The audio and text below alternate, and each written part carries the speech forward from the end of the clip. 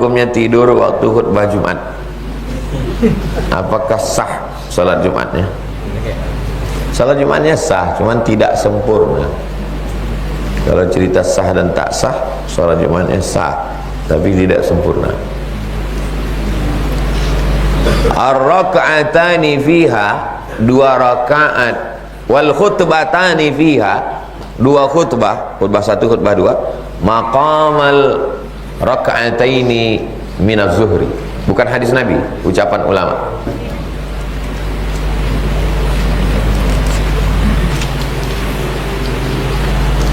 Saya musafir hari Jumat. Oke. Saya musafir hari Jumat, berangkat dari Rimbo Panjang jam 11. Tujuan Bagan Siapi-Api. Kemudian sampai di Minas jam 12.30. Sampai Minas. Singgah di Masjid Al-Fatah. Jumpa Ustadz Darwis. Masuk sholat Jumat. Lalu kemudian saya sholat Jumat, habis itu diajak sama orang jamak qasar, jamak takdim sholat. Nyambung tak ini? Saya sholat Jumat di Minas, datang orang ngajak, Ustaz musafir, iya, ayo kita jamak qasar, jamak takdim sholat asar. Pertanyaannya, bolehkah asar itu dijamak qasar dengan Jumat? Mazhab Maliki tak boleh. Mazhab Hambali tak boleh. Mazhab Hambali tak boleh. Kenapa? Karena sholat Jumat adalah ibadah independen berdiri sendiri. Yang ada itu jamak qasar, zuhur dengan asar, maghrib dengan isya. Tak ada Jumat dengan asar. Nanti kalau ada orang bilang aku tak mau, berarti dia mazhabnya Hambali. Karena menurut dia sholat Jumat ini bukan zuhur. Sedangkan mazhab Syafi'i bisa di jamak qasar, jamak takdim asar itu ke Jumat. Kenapa? Karena sholat Jumat itu pengganti sholat zuhur. Zuhur berapa rakaat? 4. Jumat berapa rakaat? 2. Kemana pergi yang 2 rakaat lagi? Itulah dia kalimat wal khutbatani fiha, 2 khutbah. 2 khutbah itu, khutbah 1, khutbah 2 itu maqamar raka'ataini minaz zuhri, sama dengan 2 rakaat zuhur. Jadi menurut mazhab Syafi'i, orang yang tidur waktu khutbah Jumat sama dengan 2 rakaat itu dia tidur.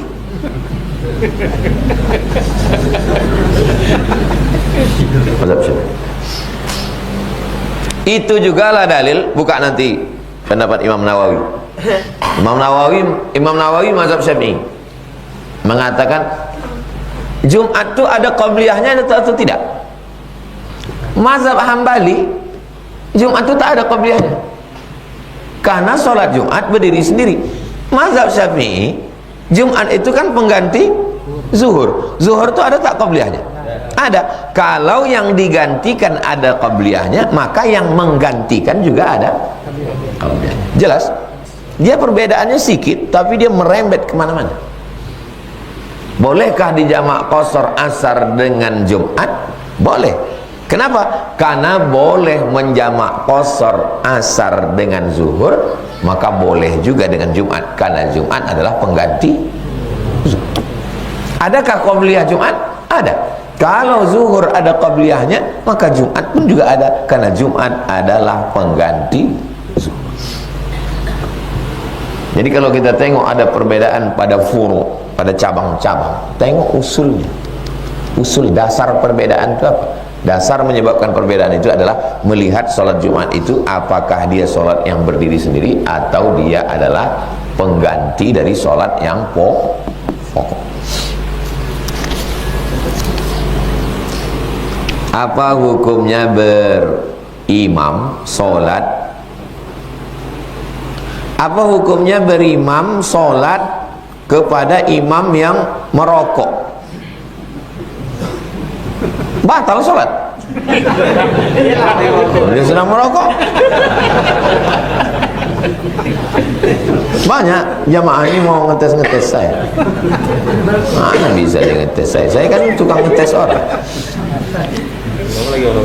Kalau merokok itu dia berpegang pada hukum rokok itu makruh, merokok hukumnya makruh, berarti sama dengan berimam kepada ustadz yang suka makan jengkol sama potai. Karena hukum makan jengkol petai makruh bagi yang berpendapat bahwa hukum merokok makruh.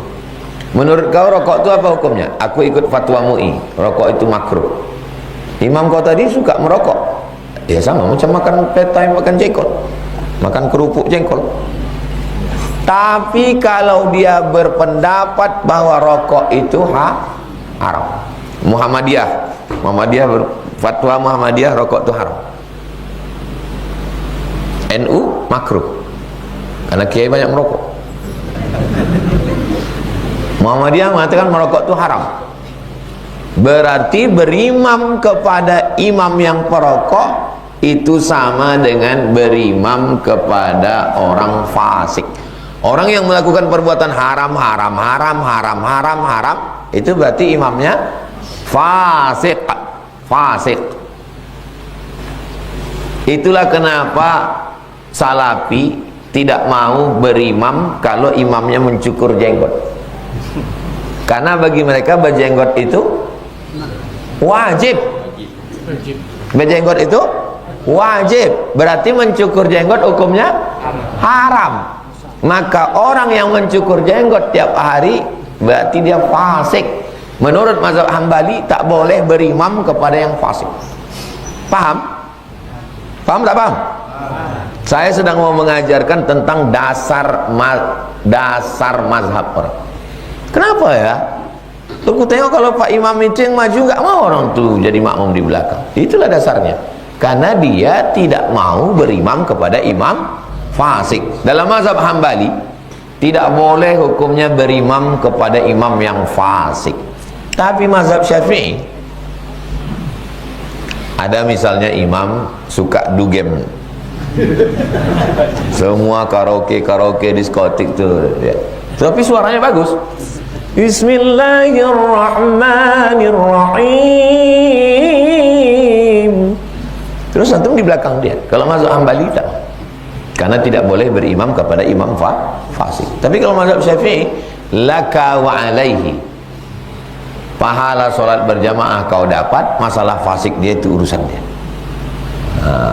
Saya ulang sekali lagi, kalau engkau berpendapat bahwa merokok itu makruh, maka berarti kau berimam kepada imam yang makan petai, makan jengkol. Boleh apa tak boleh? Boleh. Tapi kalau kau berpendapat bahwa merokok itu haram, maka berarti kau berimam kepada imam yang fasik. Nah, apa hukum berimam kepada imam fasik? Mazhab Hambali tak boleh berimam kepada fasik. Sedangkan mazhab Syafi'i, yang diikut itu kan geraknya. Rukuk dia, rukuk kita. Sujud dia, sujud kita. Salam dia, salam kita. Kentut dia, tidak kan? Tidak kan? Itu menunjukkan kuat mazhab Syafi'i. Mana yang kuat? Mazhab Hambali atau Syafi'i? Syafi'i. Karena bagi mazhab Syafi'i yang diikut itu kan geraknya yang sunnah, bukan diikut segala halnya. Iyalah Ustaz mazhab Syafi'i, Ustaz kuatkan mazhab Syafi'i. Oh iya, saya mazhab Syafi'i. Jelas jawab saya tak jelas? Apa balasan di dunia bagi orang yang menghardik, mengungkit pemberian pada anak yatim? La tubtilu sadaqatikum bil manni wal adha. Jangan kau batalkan perbuatan baikmu dengan manni, mengungkit-ungkit. La tubtilu sadaqatikum bil manni wal adha. Al-Baqarah 264. Jangan kau ungkit-ungkit bil manni wal adha, menyakiti hati. Kau anak yatim, kalau bukan aku menyekolahkan kau dulu, udah jual tisu kau di simpang. Sakit hati dia kan. Wal adha, Terus ayat setelah itu qaulun ma'rufun, cakap yang baik, wa maghfiratun, pemberian maaf, khairun, lebih baik, min shadaqatin, daripada sedekah, yatsba'uha azah, diulang 2 kali, daripada bersedekah tapi diiringi dengan perbuatan yang menyakiti hati. Ini santunan untuk anak yatim. Nanti kalau udah jadi orang, kalian ingat-ingat saya ya, yang sombong kalian, kusumpahkan nanti kalian. Itu secara ayat Quran. Dalam hadis, salah satun, ada 3 golongan, la yanzurullahu ilaihim, tidak dipandang Allah. Maksud tidak dipandang itu tidak diridhai Allah. Wala yukallimuhum, tak diajak bicara, tidak dirahmati Allah. Wala yuzakkihim, mereka tidak disucikan Allah, tak diampuni dosanya. Walahum azabun alim, mereka diazab dengan azab yang menyakitkan. Siapa mereka itu? Al-Mannan, orang yang mengungkit-ungkit pemberian. Ada model manusia macam ini, mengungkit-ungkit. Bakso semangkok pun diungkit.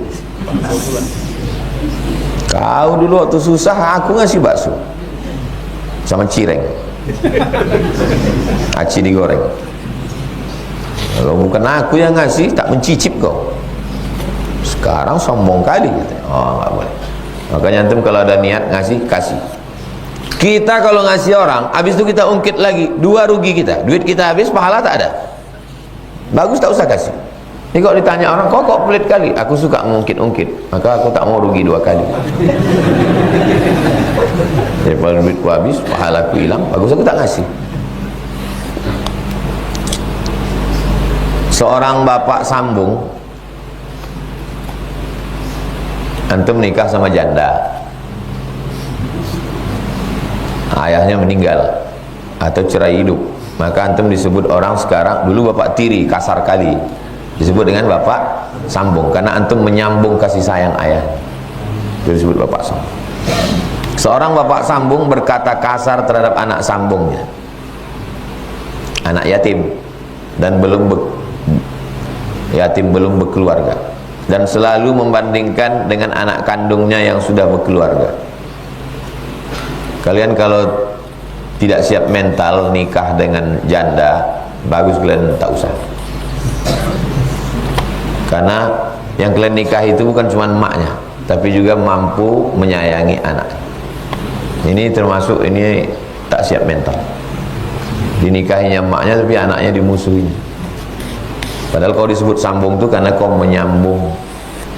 Orang yang menikahi janda itu sama dengan berjihad fisabilillah. Maksudnya janda yang menjaga anak yatim. Jangan dipotong video ini. Janda menjaga anak yatimnya tadi, menjaga anak yatim. Nah, jadi hidup ini adalah take risk, mengambil resiko. Sanggup kita tidak mengambil resiko. Kalau nikah dengan anak gadis, begini resikonya. Nikah dengan janda, anak yatim, begini resikonya. Jangan maknya diambil, anaknya kan sedih gitu. Banding-bandingkan. Nah, tengok anakku tu pintar, kan aku ayahnya, ayah kau sedih. Ayah dia, udahlah dia aja, ayah dia lagi. Apa salah dia, apa dosa dia? Kalau kebetulan kakak kalian, kakak perempuan kalian, janda, dinikahi orang, terdengar kalian cakap kasar begini, kasar, itu kalian walinya, kalian mesti kasih tahu dia, kau bodat, bilang, bodat tadi monyet. Kau dulu menikahi kakakku ini, kan tahu kau kakakku ini janda, lakinya mati, anak yatim kan, iya, kenapa kasar kau sekarang? Orang kalau tidak dikasih tahu, dia akan kasar terus. Jangan biarkan orang membuli. Jangan biarkan orang membuli. Anak kita kalau liburan, ini liburan anak dari balik dari pondok, tanya, ada kawan-kawan kau membuli, ada guru membuli, jangan biarkan. Termasuk anak ini dibuli nih sama bapaknya, tiap hari dia serumah. Oh, tak tertahankan sedihnya nih. Udahlah, ayah dia meninggal, dia di rumah itu macam menumpang, cakap kasar, tatap maka, tak terbayangkan saya sedihnya itu. Pagi dia makan, mata tuh nengok, banyak sikit makan, sedih itu, ya Allah, tak terbayangkan cuma sedih. Kita yang ada di lingkungan situ, kalau masih ada hubungan keluarga, panggil ini si ayah setan. Diajar dia, jangan dibiarkan, jangan diam. As-sakitu anil haq setan akhras. Diam menengok orang teraniaya berarti kita setan bisu. Saya tak suka masuk urusan orang, tapi kalau orang mengadu ke saya selesaikan. Tak selesai dia dengan cara nasihat, laporkan ke polisi. Laporkan tindakan kekerasan, apalagi kalau sampai memukul, menganiaya. Tapi bukan cuma laki ini aja dikasih tahu, perempuan nih pun juga dikasih tahu. Jangan mati lagi kau asal datang jantan nikah. Tengok dulu, tanya dia baik-baik. Bang, aku punya anak yatim, sanggup tak kau? Sanggup, buat surat perjanjian. Saya bertanda tangan di bawah ini, saya siap menikah dan menjaga anakmu, menyayangimu, tidak menganiaya. Pegang surat. Manusia ini berubah. Kalau dia macam-macam tunjukkan. Tengok nih surat. Kan kau yang tanda tangan dulu kan? Ini asli nih, bukan fotokopi.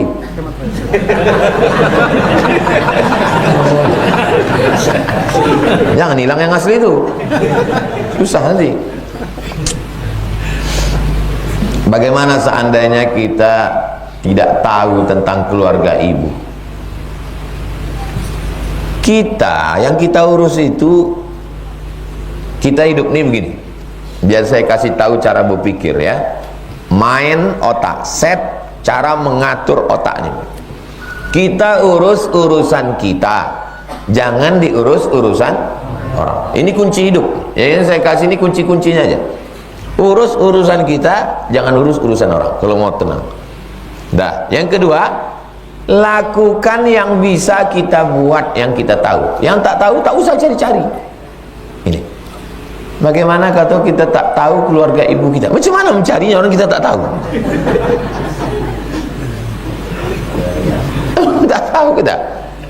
Misalnya mak kita ini sebatang kara dulu. Pas kita buka KTP-nya binti kardus. Rupanya dia pun dicampakkan dalam kardus di depan rumah imam pagi-pagi buat imam. Terus kita setengah mati pula mau mencarinya. Mana jumpa kita itu? Sedang orang tua aja dulu tak dapat.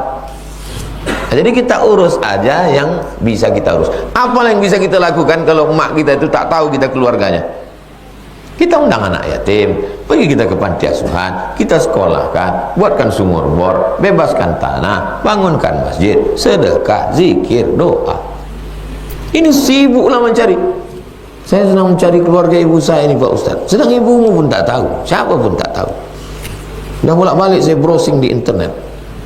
Macam mana mencarinya tak tahu. Jadi kita ini cara berpikir ini mesti betul. Urus aja yang bisa kita urus, lakukan yang bisa kita lakukan. Yang tak bisa, tak usah. La yukallifullahu nafsan illa wus'aha. Terakhir, kami sekeluarga minta doa bersama jamaah. Doanya untuk keluarga kami yang meninggal dalam 1 bulan belakangan. Kami sekeluarga ditinggalkan, diberi ketabahan. Semoga emak dan nenek kami dilapangkan kuburnya, ditempatkan di surganya, dan kami anaknya diberi ketabahan menjalaninya. Semoga kami anaknya yang lagi kuliah dimudahkan kuliahnya dan dilancarkan sampai wisuda. Almarhumah Hamiyati, almarhumah Asmida.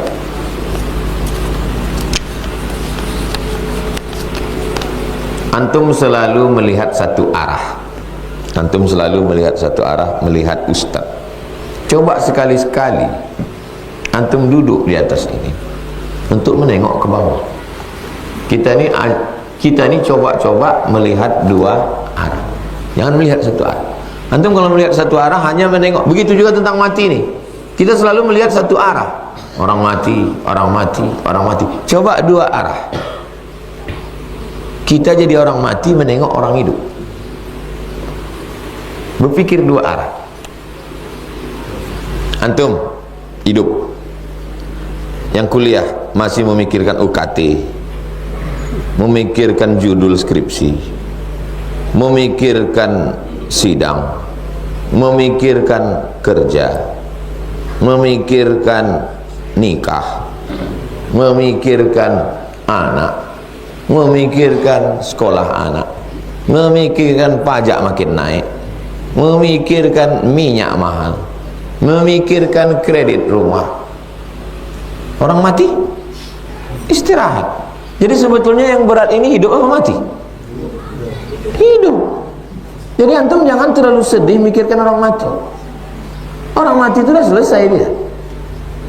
Makanya dalam Risalah Al-Qushairiyah, jangan habiskan air mata untuk orang mati, karena orang mati itu sudah mengalami 3. Pertama, sudah menengok malaikat maut.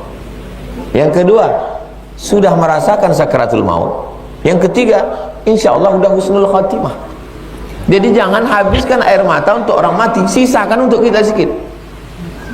Saya kalau menengok orang mati nangis, untuk dia yang mati itu tak terlalu saya tangisi, aku yang kutangisi. Aku masih menghadapi fitnah serangan Israel ke Palestina, datang Iran membantu, dibantai sama Donald Trump, umat Islam tak ada yang menolong. Jadi jangan habiskan. Banyak orang ini mikir seolah-olah orang mati itulah yang banyak masalahnya. Orang mati itu tak terlalu banyak masalahnya. Man rabbuka, man nabiyuka, ma kiblatuka, man ikhwanuka, ma kitabuka. Selesai. Kita doakan semua keluarga kita husnul khatimah. Ustaz, nanti kalau mati macam mana? Selalu orang, Ustaz, istirahat Ustaz, nanti kalau tiba-tiba mati mendadak macam mana? Saya melihat dua sisi. Kalau aku hidup nih sekarang, aku sama biniku, sama anakku. Tapi kalau aku mati, aku jumpa sama makku, jumpa sama atukku, jumpa sama nenekku, dapat doa jamaah tiap hari, tidak bayar pajak. Tidak diejek-ejek, dibuli orang. Dibuli juga, cuma tak banyak kali waktu macam masih hidup. Jadi biasakan kita melihat dua sisi. Macam mana kita bisa melihat dua sisi? Kita kan belum pernah mati Pak Ustaz. Baca buku tentang mati, ensiklopedia buku terlengkap tentang mati 2. Yang pertama kitab At-Tazkirah, ditulis oleh Imam Al-Qurtubi, sudah terjemah Indonesia, Al-Tazkirah. Yang kedua ditulis oleh Imam Ibnu Qayyim Al-Jauziyah, judul kitabnya Ar-Ruh, sudah diterjemahkan bahasa Indonesia, Roh. Baca tentang cerita orang mati. Orang mati itu ternyata nikmat sekali. Saya kitab Roh itu hatam saya baca. Orang mati masuk ke surga, dibawa malaikat dalam paruh burung warna hijau, terbang ke sana, terbang ke sini, terbang ke sana, terbang ke sini, menunggu hari kiamat. Kita yang pernah panting ke sini. Lalu kita pula menangis. Kan sedih kali itu. Bukan saya mau mengejek orang menangis, saya pun masih menangis. Mak saya meninggal, ayah saya menangis. Tapi maksud saya jangan larut dalam kesedihan, seakan-akan mereka lah yang menderita, kita yang bahagia. Enggak, mereka lebih bahagia di sana, lebih tenang dia.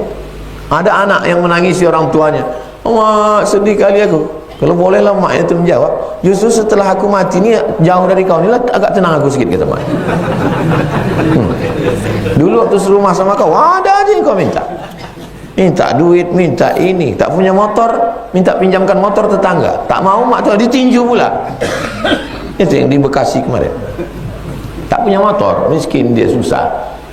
Bukannya disenangkannya maknya itu dengan membelikan motor, disuruhnya mak minjam motor tetangga, minta duit 30.000, tak kacau. Nasib baik dia di penjara jauh sana. Seandainya di Polda itu, saya jumpa itu, kasihkan sekali mukanya. Iya, tahu dia dunia ini. Orang yang kurang-kurang ajar itu mesti kita kasih ajar. Antum kalau ada orang kurang ajar sama antum, ajar dia. Dia tak diajar ayahnya, tak diajar maknya, tak siapa lagi kalau bukan kita. Kita yang ditugaskan untuk mengajar dia itu. Yang serahkan sama Allah. Udah banyak kali tugas Allah SWT. Sekali-sekali mandiri. Sebenarnya kalau aku tunggu balasan darimu bisa ya Allah, tapi lebih baik ku laksanakan ini bilang. Ala hazihin niyah, untuk niat yang baik-baik. Al-Fatihah.